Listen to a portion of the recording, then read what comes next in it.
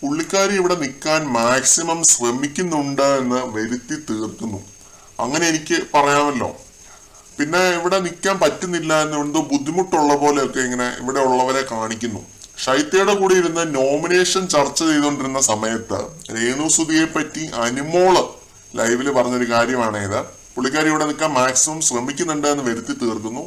അങ്ങനെ എനിക്ക് വേണം നോമിനേഷന്റെ സമയത്ത് പറയാമല്ലോ എന്നാണ് അനുമോള് ഷൈത്തയുടെ അടുത്ത് ചോദിച്ചത്.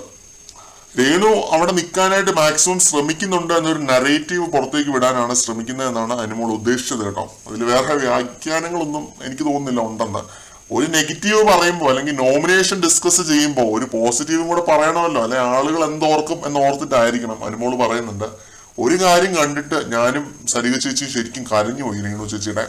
അതെന്താണെന്ന് ഷൈത്യ ചോദിക്കുമ്പോൾ അത് പറയത്തില്ല എന്ന് അനുമോള് പറയുന്നുണ്ട്. പിന്നെ പുറത്തിറങ്ങിയിട്ട് രേണുവിനെ ഫിനാൻഷ്യലായിട്ട് ഹെൽപ്പ് ചെയ്യണമെന്നും ഇവിടെ നിന്നിട്ട് അവർക്ക് കാര്യമുള്ളൂ എന്നും ഒക്കെ അനുമോള് കൂട്ടിച്ചേർത്തു.